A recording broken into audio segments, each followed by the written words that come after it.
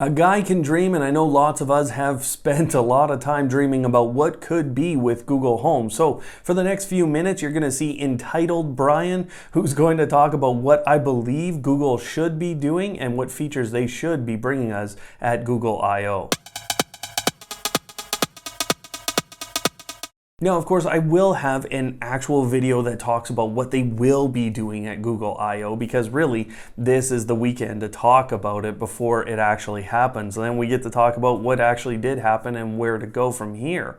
But what I want to hear from you guys is down in the comments, what do you think Google should be bringing at Google I/O? What did I miss here that you want to see them bring to you? This not only helps me just understand where we're at as an industry in general, but it also helps me generate a couple of workaround type videos to help you guys. So go ahead, leave those down below. We know the Nest Hub Max is going to come out and it's going to have a Nest camera on board.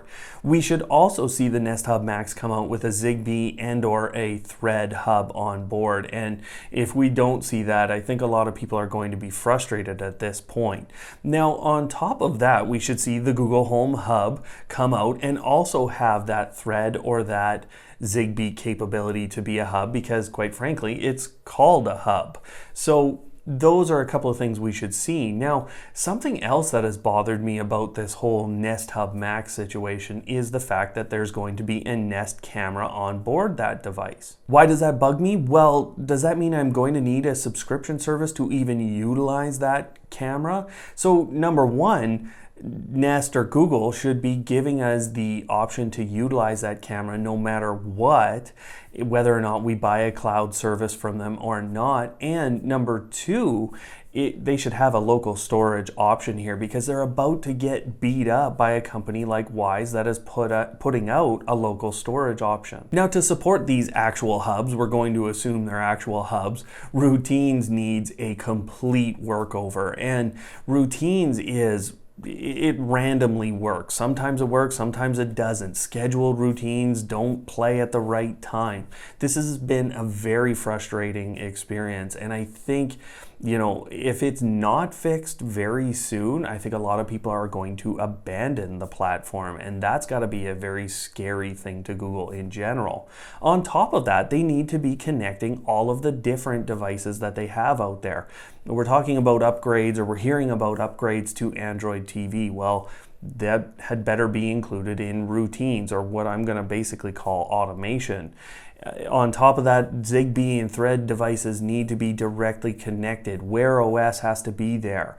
Android phones need to be capable of a lot more functions from a routine standpoint with the Google Assistant or your Google Home products. Now, all of this with existing functionality actually won't accomplish that much, and so what we need is additional capabilities. These things should show up. Things like wait.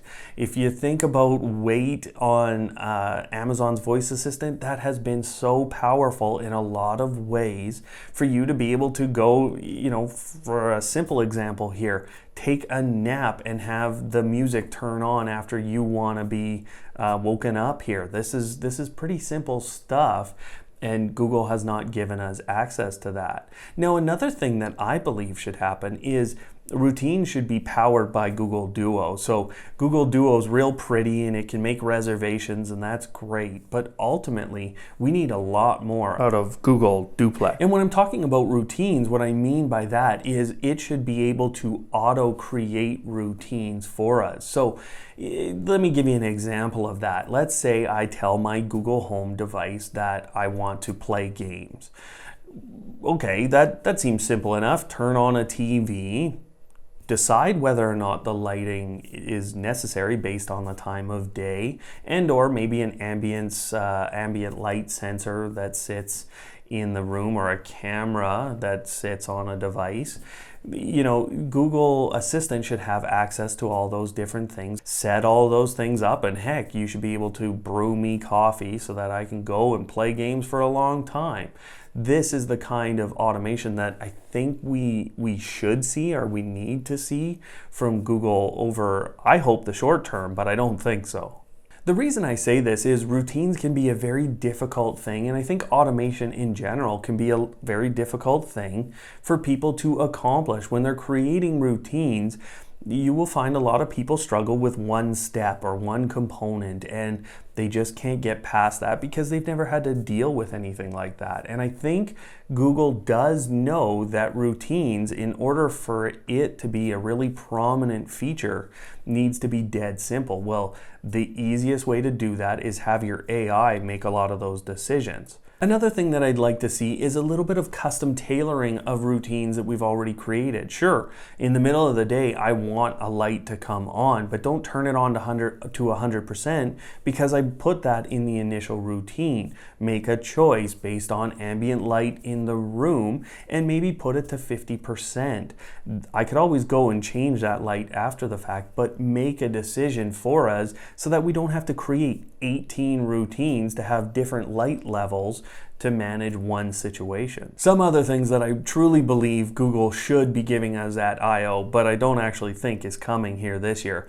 Texting and emailing. We've seen a little bit of this, but come on, is this really that tough to take what we say and write it out and send us a preview even?